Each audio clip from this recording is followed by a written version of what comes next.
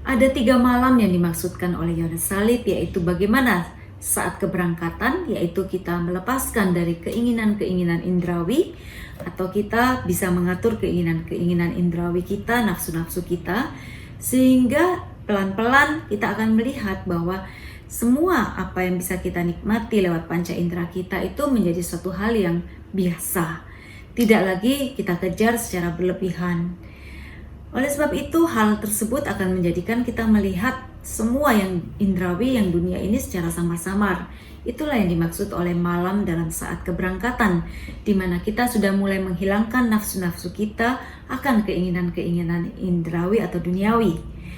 Malam yang kedua yang dimaksud oleh Santo Yohanes Salib adalah mengenai iman. Perjalanan kita menuju Tuhan itu adalah perjalanan iman yang sangat gelap, bahkan sangat pekat.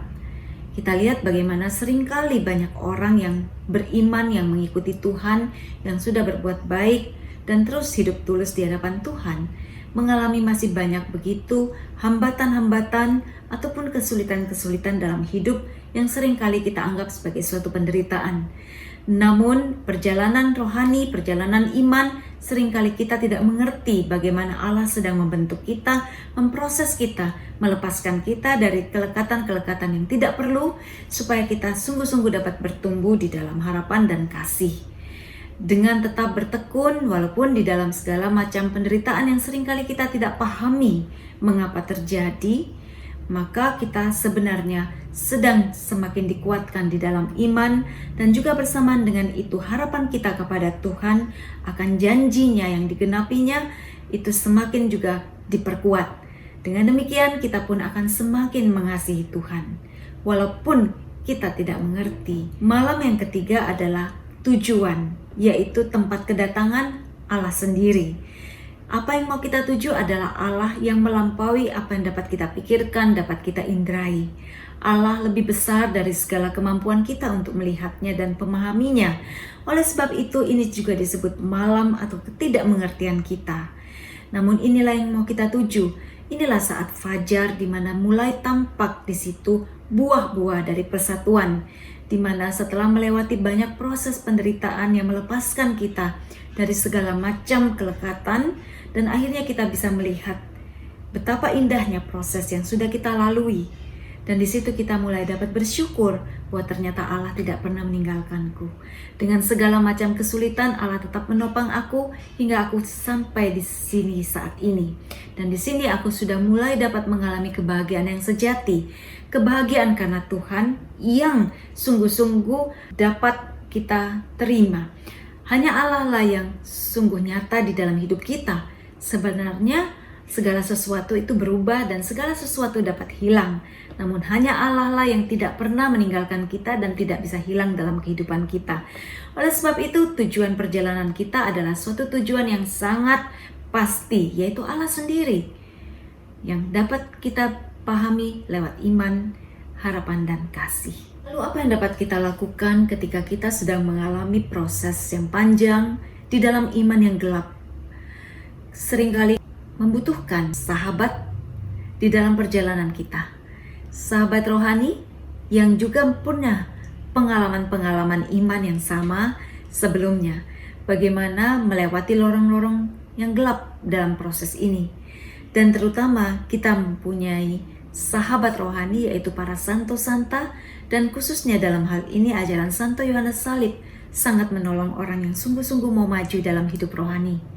Ketika kita mengalami lorong yang gelap, ketika kita mengalami ketidaktahuan akan apa yang terjadi dan apa yang akan kita tuju, apa yang dikatakan Santo Yohanes Salib akan sangat menolong kita. Dia adalah seorang guru rohani yang ulung, pembimbing rohani yang sangat baik. Lewat buku-bukunya Mendaki Gunung Karmel, Malam Gelap, dan buku-buku yang lain kita akan memahami bahwa perjalanan kita menuju persatuan cinta dengan Tuhan adalah suatu perjalanan yang memang seringkali mengalami kegelapan. Disitulah kita perlu melepaskan konsep-konsep kita sendiri tentang apa yang kita anggap benar dan menggantikannya dengan apa yang Tuhan kehendaki dan apa yang menurut Tuhan benar. Dan seringkali untuk menemukan apa yang menjadi kehendak Tuhan dan apa yang menurut Tuhan benar, kita perlu sungguh-sungguh melepaskan diri dari egoisme kita dan dari konsep kita. Seringkali konsep inilah cara pandang kita yang tidak update, yang tidak relevan lagi dengan saat ini, cara pandang kita yang terlalu sempit, yang terfiksasi, yang terkungkung dengan pengalaman-pengalaman masa lalu, inilah yang menyebabkan kita sulit untuk menerima apa yang Tuhan mau berikan. Kebahagiaan sejati hanya dapat diberikan apabila kita terbuka pada apa yang Tuhan mau lakukan di dalam hidup kita. Oleh sebab itu, jangan kita pernah takut, jangan kita khawatir, karena Tuhan akan terus menuntun kita, membimbing kita, dan tidak akan melepaskan kita. Dan percayalah bahwa apa yang terjadi dalam hidup kita, walaupun itu berat, tidak akan pernah melebihi apa yang dapat kita tanggung sesuai dengan rahmat yang Tuhan berikan. Dan Tuhan akan terus menambahkan rahmat-Nya ketika kita mau mengambil keputusan tetap mengikuti Kristus dalam segala situasi. Mengambil satu langkah itu akan memberikan kita kekuatan, kata Santa Teresa Avila.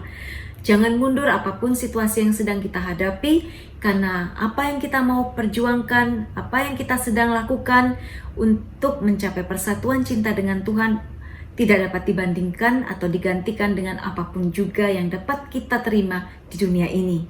Persatuan cinta dengan Tuhan, menguatnya iman, membesarnya harapan, dan mungkin mendalamnya cinta kepada Tuhan hanya dapat tercapai lewat proses. Dan seringkali proses itu memang berat.